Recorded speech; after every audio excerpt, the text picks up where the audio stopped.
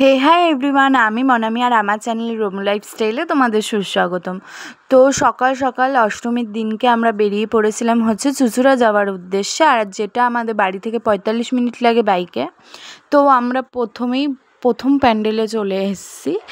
তো এই প্যান্ডেলটা সিম্পলের মধ্যে খুব ভালো ছিল, প্রতিমাও খুব সুন্দর ছিল, পারলে আমি ছবি অ্যাটাচ করে দেবো। এবার চলে যাচ্ছিলাম হচ্ছে সেকেন্ড প্যান্ডেলের উদ্দেশ্যে। সত্যি কথা বলতে গেলে প্রত্যেকটার নাম আমরা কেউই জানি না দুজনের মধ্যে। তো পরপর যে কটা ঠাকুর পড়েছিল সে কটা দেখেছি, আর খুবই ভালো ঘুরেছিলাম সেই দিনকে। তো এই প্যান্ডেলটার মেবি নাম ছিল, এই প্যান্ডেলটার মেবি নাম ছিল পালপাড়া অথবা কিছু, মানে প্যান্ডেলের নাম না আর কি, জায়গাটার নাম।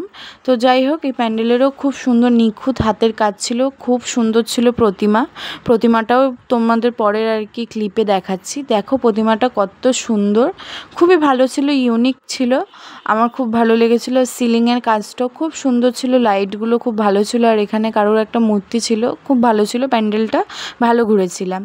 আর এটা হচ্ছে মেবি 55 তলা, হ্যাঁ এটা 55 তলার ঠাকুরটা।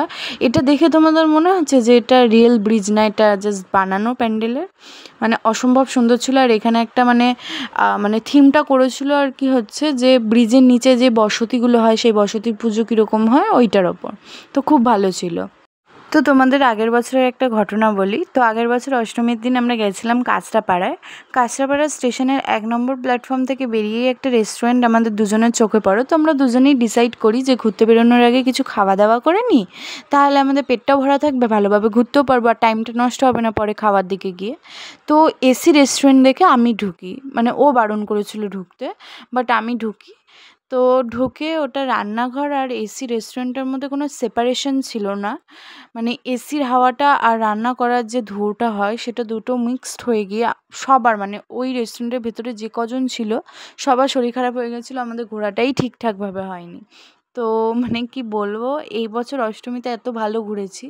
যখন ঘুরছিলাম আমি একটা রেস্টুরেন্টেও গেছিলাম, তো ওখানে গিয়ে এই ঘটনাটা মনে পড়ে গেছিলো, আর আমরা আলোচনা করছিলাম যে আগের বছর কত কষ্ট করে ঘুরেছি আর এই বছর কত ভালোভাবে ঘুরছি। তো সত্যি তাই, প্রত্যেক বছর সবার সমান যায় না, প্রত্যেক বছর কারোরই মানে সেম হয় না।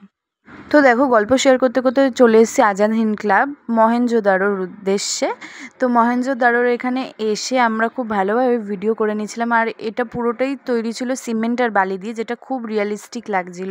আমাদের দুজনের খুবই পছন্দ হয়েছে, মানে এই ক্লাবের পুজোটাও। আশা করি পরের বছরও এখানে আসবো, এসে ঘুরে যাব। তো প্রচণ্ড ভালো ছিল। আর দেখো, আমরা এখানে ভোগও নিয়েছিলাম এই প্যান্ডেল থেকে। তো পরের পার্টির জন্য অপেক্ষা করে